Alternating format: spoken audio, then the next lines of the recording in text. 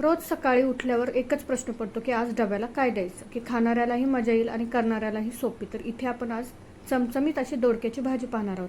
दोडके आपण उभे चिरून घेतले आहेत, फोडणी करून घेऊयात. तेल घातलं आहे, जिरं मोहरी तडतडू द्यायची. त्यानंतर आपण यामध्ये लसूण घालणार आहोत, भरपूर असा कढीपत्ता घालणार आहोत. कढीपत्त्याने कलर आणि फ्लेवर खूप छान येतो. थोडासा जास्त घालायचा, आरोग्यासाठीही चांगला असतो. आता हे आपल्याला खमंग असं करून परतून घ्यायचं आहे. त्यानंतर आपण यामध्ये थोडासा हिंग घालणार आहोत आणि हळद घालणार आहोत. हे व्यवस्थित फोडणी आपल्याला मिक्स करून घ्यायचे आहे. त्यानंतर आपण यामध्ये दोडके घालायचे आहेत. दोडके लवकर शिजावेत यासाठी मीठ घालायचं, झाकून 5 मिनिटं ठेवायचं आहे. यानंतर मी यामध्ये लाल तिखट घातलं आहे, थोडासा मॅगी मसाला घातला आहे की थोडासा टँगी फ्लेवर याला येईल. चटपटीत असं छान चव येण्यासाठी आपण यामध्ये मॅगी मसाला घालणार आहोत. तुम्ही याऐवजी आमचूर पावडर घातली किंवा चाट मसाला घातला तरी भाजी खायला खूप छान लागते. कोथिंबीर घालायची आहे आणि डब्यासाठी तयार आहे चमचमीत अशी दोडक्याची भाजी.